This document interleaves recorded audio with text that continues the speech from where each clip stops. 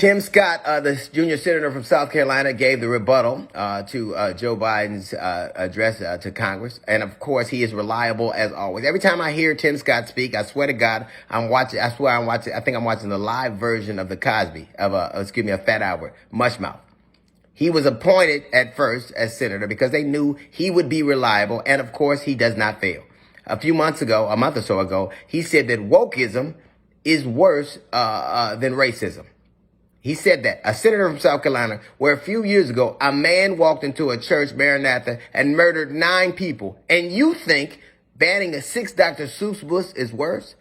He said that America is not a racist country. The senior senator from South Carolina, Lindsey Graham, said during the election cycle that a black person can go anywhere they want to in South Carolina as long as they're conservative, as long as you do what we want, boy. That's exactly what he's saying.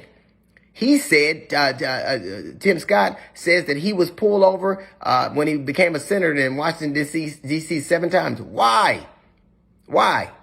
Virtually every single aspect of our existence in America is permeated with racism. From policing to the judicial system, to housing, to banking, to insurance, to the medical profession, to education. Every single aspect of our life here is permeated with racism. Otherwise, what are you trying to reform? What are we trying to reform policing for, and banking for, and housing for, and the educational system for, and the environment for, if it isn't permeated with racism? And if America is not a racist country, when did it stop? When did it stop? What day certain did it stop?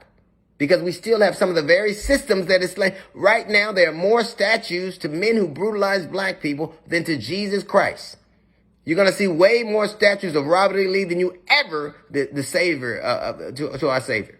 And that is because we are constantly reminded of our existence here and how it came about.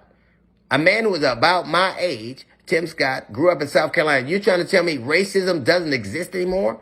When the very senator that championed your cause, that said you can do whatever you want as long as you're conservative, as long as you believe what I tell you to, as long as you're a good boy. Racism, it is foolish to pretend as if America has not made strides. It is foolish to pretend like we haven't come much further than our fathers and their fathers would have ever imagined. But that does not mean we've gone all the way. Right now, men, black and brown men and women are being brutalized by systems in policing, in the private prison industry. Virtually every aspect of our lives is permeated with racism. All of it. You can't point to a thing that involves us trying to ascend or to just live that isn't permeated with racism at all.